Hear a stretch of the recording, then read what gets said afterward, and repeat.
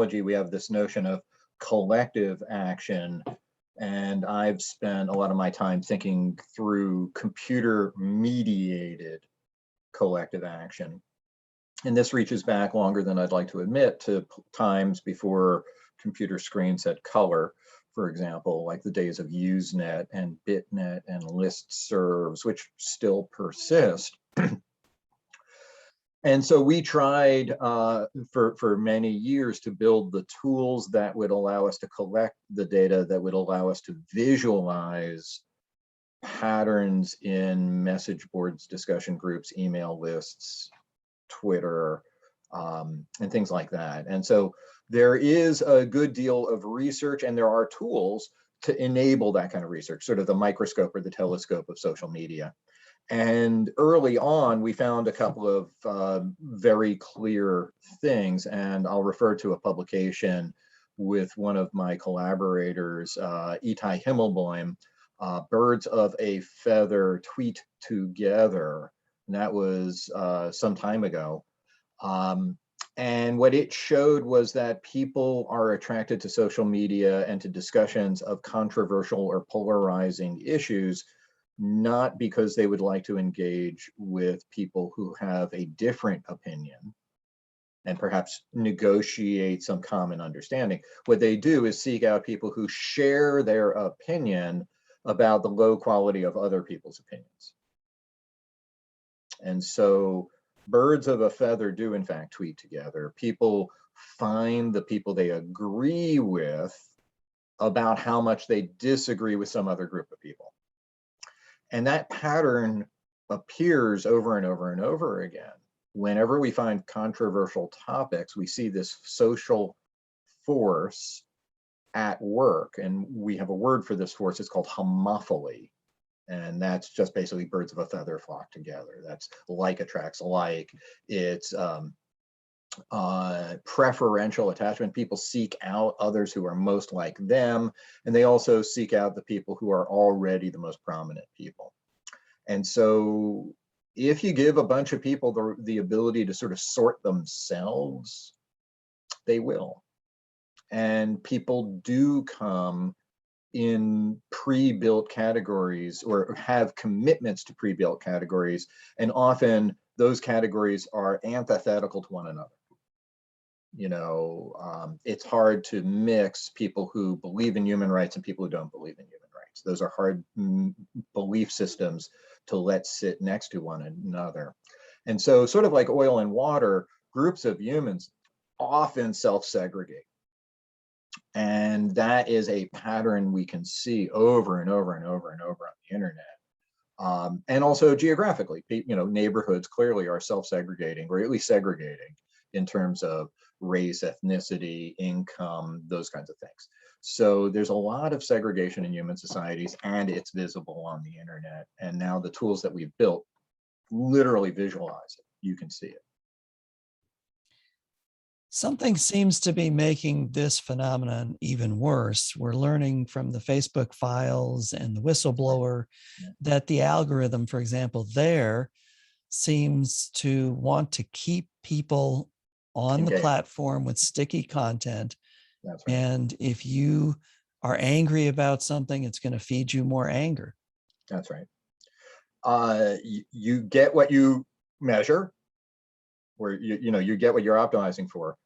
I like the phrase, if it enrages, it engages. If the goal is to hold people onto the site as long as possible, the things that hold people are feelings of rage and righteous indignation. And rage and righteous indignation also serve in-group boundary functions. So if you feel threatened, you might want to re-amplify your membership in a group, because groups are safer places to be when you're threatened. And so what makes people a group? And a lot of it happens to be sort of imaginary stuff, like nation state. You know, we issue a flag, you get a song, we describe a boundary around a bunch of ground, bang, you're a nation state. Not quite, right? A lot of nations then fall apart. What makes a nation a nation? Well, everybody in it sort of believes they're a member of that nation. So it's an imaginary thing. And I'm thinking, of course, of the work of Benedict Anderson in Imagined Communities, where he talks about what's it take to form a nation, because nations weren't around forever. I mean, the nation is an 1850s kind of a creation. Before that, there was tribe, there was kingdom, but there really wasn't nation. So is it getting worse? Good question. I'll give you the answer, yes. Why is it getting worse? Is it just the tools, or is it the way they're being used? I would argue it's a combination of the tools and the way they're being used. The tool is itself designed to hold you there as long as possible. What will do that? Certain kinds of emotional actions. Okay. On the other hand, would that be enough by itself to lead us to really high levels of partisanship, polarization, conflict? No. No. What's this other thing? Well, the other thing is it's not about misinformation. That's what this would be about, misinformation. It's about disinformation. And so there's a lot of talk about misinformation. I don't think that's the problem. That's sort of like talking about the problem of pollution is that people litter. That's not the problem of pollution. The problem of pollution is that we dumped PCBs and drums into the ocean. The problem of pollution is that we run coal power plants that pour mercury and carbon monoxide into the sky, or carbon dioxide in this case. So it is more about a centralized small group of actors willfully using a mechanism than it is some kind of increase in the gullibility or the fallibility of humans. I don't think so. I don't think so. I think we are coming to the 21st century with the same quality of humans that we entered the 20th century with. The difference is there are new tools, and those tools are very effective for very, very small groups of well-funded, highly committed people. It's the era in which the tail does wag the dog. I think, for example, of the recent report I saw in NPR, if you Google the phrase NPR anti-vax 12, you get an article that describes a result that highly aligns with our results. And that is less than 1% of the population of social media essentially establishes the agenda for that discussion. And so this is not really the era of misinformation. This is the era of disinformation. It is the impact of committed, well-motivated small groups who don't necessarily have to hold themselves accountable to validity. So your message can go viral without regard to how true it is. What's interesting to me about that statistic is it aligns almost exactly with earlier studies of talk radio and Rush Limbaugh, for example, when, again, highly polarized messaging, anger were driven by a very small number of callers and a lot of listeners. That's right. I'm wondering if there's something larger that goes on that's even beyond social media. Yeah, oh, absolutely. It's called the power law distribution. On Wikipedia, you can find something called the 1990 law, or the 1% rule, or the internet rule. And basically, all of these are just ways of describing this shape of curve versus this shape of curve. I like to say in a lot of my talks, there is nothing normal about the normal curve, at least not sociologically normal. Normal curves describe people's height. Most of us are somewhere between 5 and 6 feet. There's a few short people. There's a very, very few really, really tall people. But how tall is really tall? Like there are no 100-foot tall people, right? 0 is the number of 100-foot tall people. But if we do wealth, how much money have you got? It turns out that it's not like this at all, right? There's a lot of people with almost no money.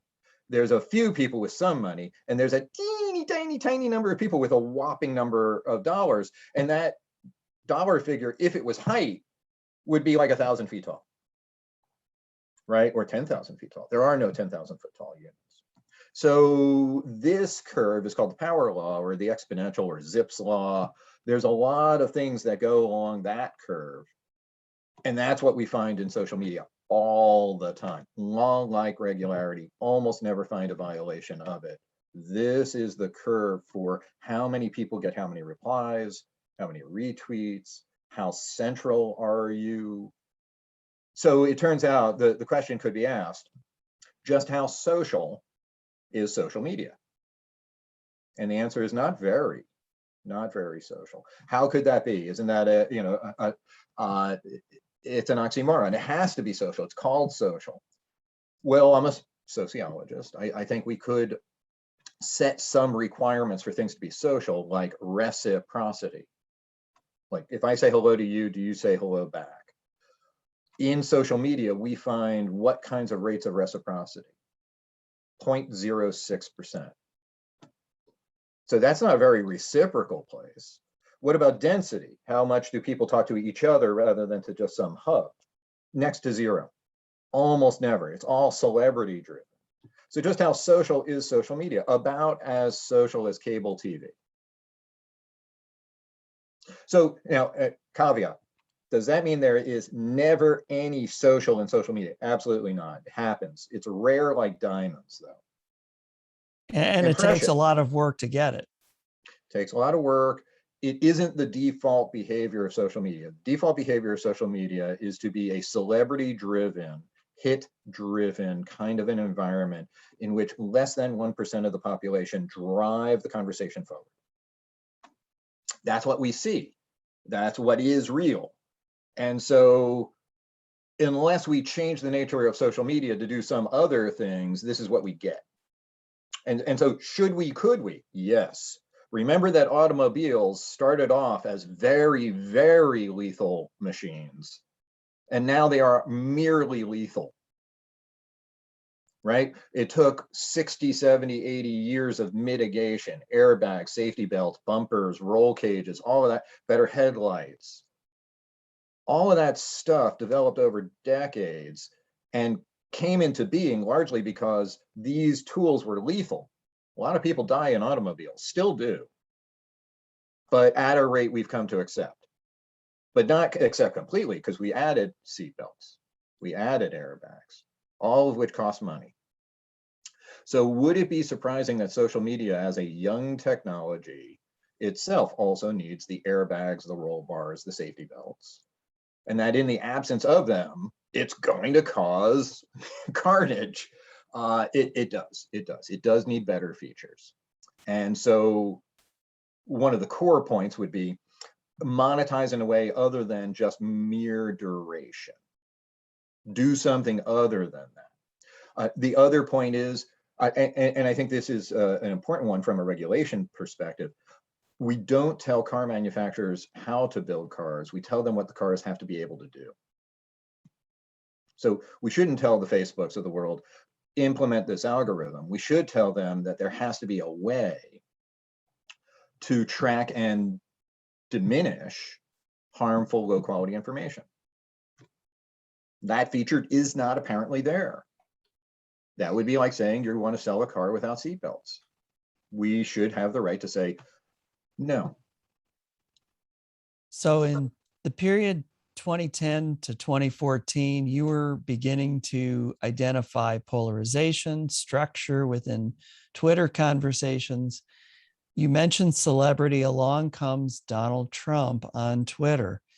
And I remember seeing some of that data and thinking, wow, it's pretty large, it's constant, and it's pretty polarizing content. And right through to that 2016 election, it was outperforming Hillary Clinton. Is that a predictor now of American politics? It did. Will it continue? At the moment, the former guy doesn't have an active Twitter account.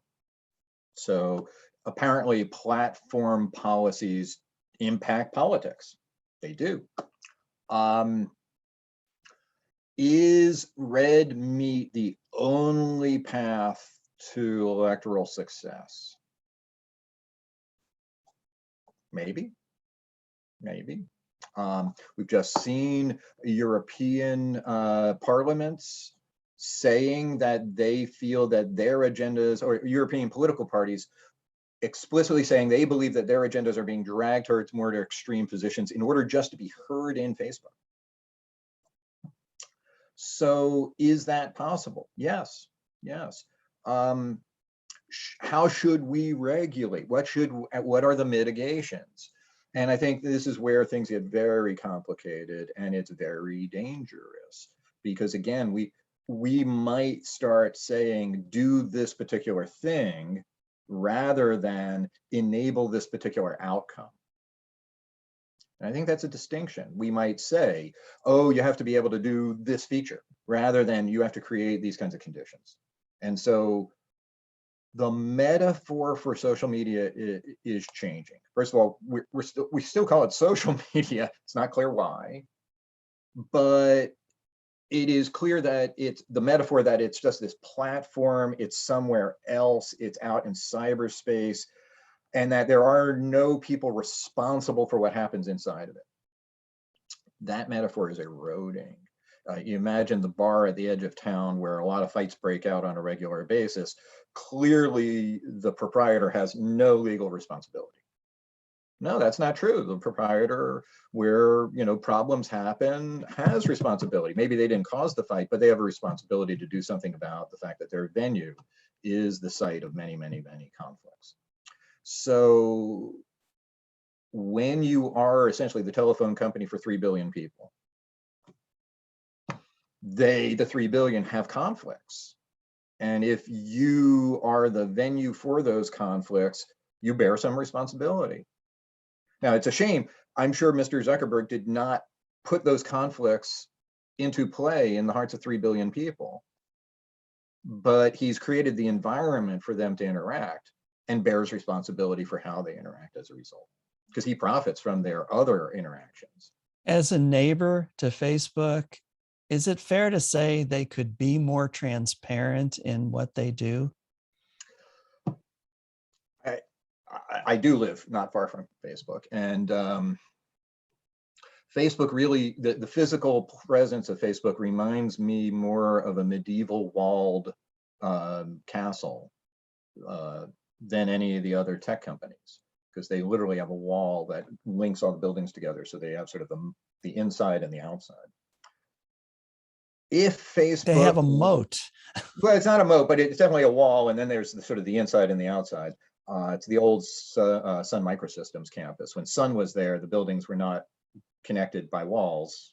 When Facebook got there, they put up walls. So there's a metaphor there. And let's just introduce a couple other metaphors. Is Facebook a data bank? You make deposits, you earn interest, you can make withdrawals. Or is it a data casino? You go in, you take your chances. Sometimes you win, sometimes you lose. You didn't really think of it as a place to store value. I think if we look back at the last stories in which Facebook seemed to be a positive force, things like Ice Bucket Challenge, and you ask yourself, well, what were the most recent Ice Bucket Challenge stories? And if you're like me, you come up empty. Like, oh, I don't remember any. And indeed, there weren't any. And so there's a very American quality of thought in which we confuse peak with average. And so was it the case that social media is sort of the data casino that pays off really easily? It's like the casino with the easy slots. You can go there and put very little in, get a lot out. Well, that's a game everybody would like to play. And I think social media, particularly Facebook, really tried to convey the idea that this is the data casino where you essentially are paid out in free advertising. Millions in advertising, potentially hundreds of millions in fundraising for free. Just come and give us content. And I think that's sort of the model we came to. We're at the tables playing, hoping to win a hand or two. Here's a picture of my cat. Could I be famous? Here's a picture, And instead, what I'd like us to shift to is this notion of a data bank, a secure place to put my content where I earn interest. And I can withdraw interest and principal. And that's how I know that Facebook is a casino and not a bank, because you can only withdraw your principal, not your interest. If you ever try to do your download of all your data from Facebook, what you get is your data. And you suddenly discover that the pronoun your is very narrow, which is to say, if you wrote it, you got it. If you put the picture, you got it. But what about the likes? What about the comments? Not your data. What is that, though? That was other people's interest in your data. Literally interest. I earned interest. Can I withdraw my interest? No. Is it a bank? No. Banks give you interest and you can withdraw it. Can you withdraw your interest from Facebook? No. Okay, so it's not a bank. I have a lot of my years now in this casino. You know, when Facebook was bought by Verizon, it was a difficult moment because I had like 18, well, I think 14 years of Flickr photos. So did I put them in a bank or in a casino? It's a lot of labor, a lot of time, somebody else's profit. I'd like to know. So, and I know banks make a profit too, but of a different sort. So could it be better?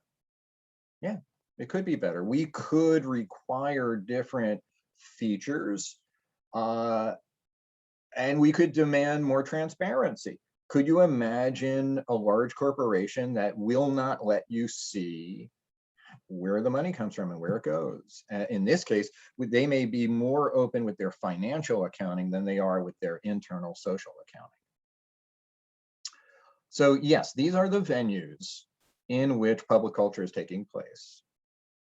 And if these were physical venues and unlawful activity took place in them, the hosts of those venues, the owners of those venues, are liable.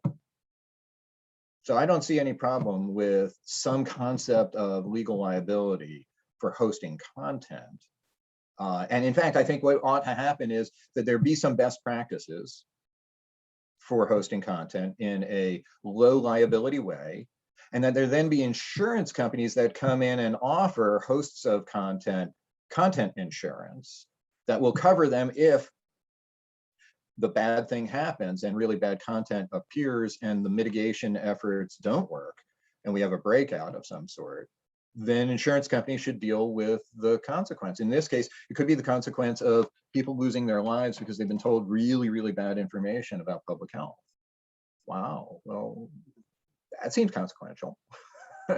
And in other venues, in other times, everybody would agree that if you know you're ill and you make somebody else ill, you have liability. You have criminal liability, in fact. There's case law from this, right? Didn't people have HIV and give other people HIV and then they went to jail? Didn't that happen?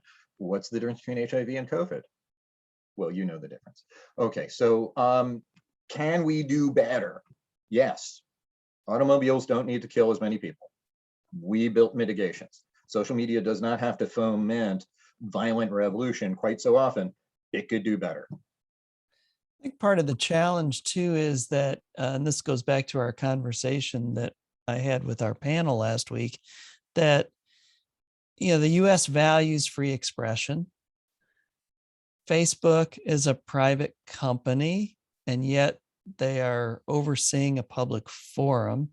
And in the Europe example, things like human rights matter more. Things like a right to privacy matter more. How do you square all of this in what we should be doing going forward? It seems to be an overly complex problem. I think it's an overly complex problem because we've decided that we have to solve it in the large rather than the small. Imagine if we insisted that there be a single governance structure for the people in Germany and the people in Nebraska. Well, that would be a really big country. And indeed, Facebook is a vast nation of 3 billion, 4 billion people with no accountability. And indeed, it is a private company, and we are Americans on this phone call. And so we don't believe that people should tell Mr. Zuckerberg what to do. And yet, if Zuckerberg built cars, we would have no problem saying, hey, put a safety belt in it. We have no problem saying, well, you can't really sell that car here because it does not have airbags. And so just domestically, we could be telling these organizations, these are features that are required. And those features might actually save them a lot of misery, because it's expensive to try to solve this problem for every customer in every sovereign nation. It's expensive. And I understand their desire not to be the nanny or the referee for every conflict on earth. I understand. However, they could build better features. So for example, just recently in England, the English Football League and the Premier League, two big soccer football people, leagues, have real problems with what's going on Twitter. And so they had a 4-day boycott. And you know how effective that was? Not at all. You didn't hear about it. I didn't hear it. I heard about it because I was listening for it, but it had no impact. And these are multi-million dollar businesses. They had no impact at all on the social media platforms. And they have what I think is a legitimate grievance, that their players are subject to an enormous amount of racist abuse. What kind of remedy do they have? If they can find no remedy, I will not find any remedy at all. They have lawyers. I don't have lawyers. One perspective is that Facebook is just too large. Even Google with Google Plus couldn't really compete with their social graph. And then you bring in, as you mentioned, a global population, a nation of sorts with a multitude of languages. Is it just beyond scale? Is there a better way to do this? Yeah. I think there is a point there. So a lot of the issues with Facebook are not in the United States. I think about places like Myanmar, where a lot of really bad things happened, and Facebook has significant responsibility in these contexts. And they had very, very few language resources, like employees who can actually read the content. Is that a legitimate business practice? Can you go into a country, not know their language, not know their culture, provide them with communication services, step back and go, well, what's it to me? You can, because at the moment there is no financial liability, there's no legal liability. As soon as there is any liability, then there will be insurance against the liability. And as soon as there's insurance, there will be mitigations the insurance companies require. So it took a while for our legal system to accept the idea that people who own property can still be accountable for the negative externalities of the use of that property. So you're Dow Chemical and you pour a bunch of PCBs down a river. Well, it was your PCB, and when the river went past you, it was your river property. But there's this concept of negative externality. You don't get that infinite ability to push costs to other people. At the moment, Facebook is in this window where the link between, let's say, tobacco and lung cancer is not yet established. The link between the cause and the effect is not yet established. But clearly, there is a link between the use of some of the products and some negative externalities. At the moment, if you don't pay for any of the mitigation of the negative externality, profits go up. If you could produce chemical waste and then just pour it in the river, profits would go up, because the cost of disposal, proper disposal of the waste, it hits the bottom line. So what we are looking at are businesses with flawed business models. They're flawed because they're not carrying the full costs of their businesses. What would that look like? It would actually involve knowing that you have revolutionaries on your platform, insurrectionists on your platform, and you would actually be able to pay enough attention to intervene properly, instead of saying, well, just too big. When the AI comes, it can clean it up. No. Editors of newspapers never said, well, it's just too difficult for us to pay attention to what's being written. No. So because they claim platform and not editor publisher status, they've created this problem for themselves, because you cannot have the locally moral appropriate decision in a 3 billion person venue. So at present, Mark Smith has this fiduciary responsibility to his shareholders and really nobody else legally. Mark Zuckerberg, me, no shareholders. Right, Mark Zuckerberg. Yeah, the other guy, not me.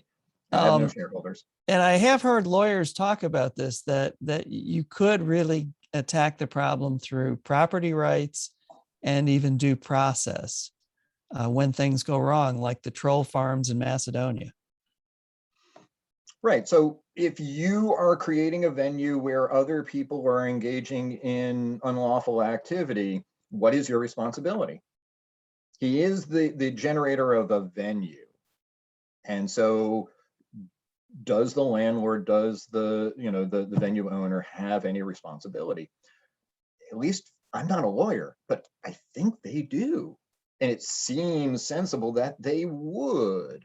And so if the answer of the venue owner is there's just too many tenants, I can't keep track of them all, then I think you have a point that, well, maybe we should break this into pieces so that it is more manageable. And so this is a very valid point. Part of the problem is not just that, oh, well, Facebook got too big. It's that under the conditions of monopoly capitalism, no one intervened when they then went out and got Instagram and WeChat, amplifying the problem. So would it be better if Instagram and WeChat and Facebook were 3 separate properties? Wouldn't that just make the problem harder? Well, in some ways, it would be more of a federal system. Potentially, they might have different solutions to their problems, and some of those solutions might be better than others, and then they might spread. But at the moment, what we have is an enormous monoculture. And what we hear is more and more on the back end, the Instagram and the Facebook are just becoming one big thing with 2 different user interfaces, which makes perfect sense from a technology perspective, but is still problematic. So what we really get is, again, whatever Mr. Zuckerberg decides is the solution to the problem, that'll be the solution for 4 billion people. Wouldn't it be better if there were 40, 100 million people, platforms out there, so long as they could interoperate in some way? Maybe it would. But you look at our economy, you do not see 40 players in any market. You see 2 or 3, often 1. It's just the way late stage capitalism goes. And then there is 1. So given that that's a reality, this then means regulation. They're the only game in town. They have that much power. There are negative externalities. If there was only the one chemical plant or the one chemical company, and we still needed chemicals, but they were still poisonous and polluting, we would still regulate the chemical company. Better living through chemistry until it's poison. And so our challenge is we are hemmed in on the one side by this notion that free speech is this limitation on how we would want Facebook to behave. But free speech is really a limitation on how we let the government act towards us, not how we regulate large businesses that provide services, even when those services are speech. And then we have to recognize that some speech is harmful and does have consequences. And essentially, Facebook is riding the idea that even if it's harmful, it's lawful. So come on in and do some harmful but lawful things. And even if it's lawful, it is harmful. Yeah, one of the, I think, barriers is the Supreme Court gravitating to the idea that under the law, corporations are individuals and therefore get the same First Amendment rights that we do. And whether they'll revisit that is, I think, a question. But what I want to end with is, given all of these challenges, are there opportunities that you've talked about, realistic ones that give us optimism about the future, that give our students a place to go? I mean, it seems to me you're in Silicon Valley, and one of the things that your part of the country is about, your part of the world is about, is innovating change and finding solutions that we couldn't have imagined before. So from that context, are there things that we maybe can't imagine, even if it's not AI, that they give us reason to believe things are going to get better down the road? I think so. And I'm glad that the Silicon Valley branding is working. Let's just call these things marketplaces of ideas. And my metaphor then asks the question, where is the accounting software for the marketplace of ideas? And you look around, you go, well, there is no accounting software. In fact, there's no accounting and there are no accountants. So let's just do the thought experiment. What would it be like if financial marketplaces had no accountants, auditors, or accounting? It's a rhetorical question. I'm going to provide the answer. The answer is rampant fraud, right? If you have no accountants, rampant fraud. Now, caveat, in the presence of accountants, does that mean zero fraud? No, it means fraud is more expensive. So names like Enron, WorldCom, Arthur Andersen, now called Accenture, these people were engaged in accounting fraud. So fraud and accounting are not antithetical to each other, just saying. But we currently have a marketplace of ideas. Social media is a kind of like, hashtags are like stocks for ideas. They go up and down. And what we do not have is an accounting system for the marketplace of ideas. And we don't have accountants and we don't have auditors. And so our organization is working on accounting software, social accounting software, that would be similar to the concepts found in GAAP, the generally accepted accounting principles, but this is the really badly named generally accepted social accounting principles, GASAP. And the idea would be, can auditors analyze a hashtag? Can we find evidence of malfeasance, manipulation, collusion? And can those auditors then use this information for some kind of enforcement action? And can journalists then turn to this cadre of auditor, accountants, social accountants, data analysts of social media, who are then really becoming kind of like cultural accountants, cultural auditors, because they're the ones who can tell you, is this hashtag's growth authentic?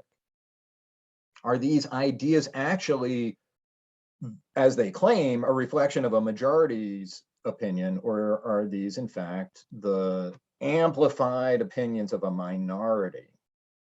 And so in democracy, we need to be able to accurately assess the opinions of our fellow citizens. And in social media, we're in this distorted funhouse mirror maze. You can't quite tell, what do the others think? And so the funhouse mirror is curved and it distorts, but with computational optics, we can dewarp it. And so I think, especially on moments where the Pandora Papers are coming out and the Panama Papers before it and the football papers, and these things have come over and over and over again. And at the moment, I think it is true that social media is being used for disinformation. But there is this cheerful opportunity. We're going to flip on the lights and we're going to take some photographs, and the photographs are going to be this photograph of a hand in a cookie jar with a face, a cookie jar, and a hand. Hand will be in the cookie jar. I predict that much like the Pandora Papers is showing cookie jars with hands in that cookie jar with a face, those three elements are very critical. Now, I don't think that the Pandora Papers is now going to usher in the era in which all people pay their full taxes. I understand that there's at least one America's GNP's worth of unpaid tax out there. Could use one of those. That's an annual GNP, not the tax revenue of a year. A whole productive capacity of America for a year. There's an America out there in unpaid taxes. I'd like to see that happen. But could we use those kinds of techniques to try to make it harder to inject low quality information into social media? Yes, I think we can. I think we can use accounting software, social accounting software, and the accountants to use it, and the journalists to talk to them to change the discourse. And that would require no improvement in the quality of humans, just the improvement in the quality of the tools they find themselves using.